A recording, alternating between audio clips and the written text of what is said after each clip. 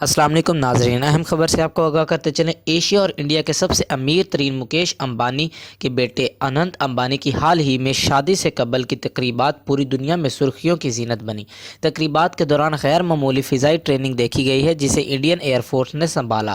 اس معاملے سے واقف ذرائع کے مطابق 5 دنوں میں 600 سے زائد فلائٹس کی آمدورفت ہوئی اور اس بات کو یقینی بنایا گیا کہ یہ تمام آمدورفت بغیر کسی حادثے کی ہوئی۔ ریلائنس گروپ نے انڈیا کے سیکریٹری دفاع کو خط لکھ کر 23 فروری سے 4 مارچ تک ہوائی اڈے کے ہفتے کے 7 دن 24 گھنٹے تک آپریشنز کے لیے انڈین ایئر فورس سے مدد مانگی۔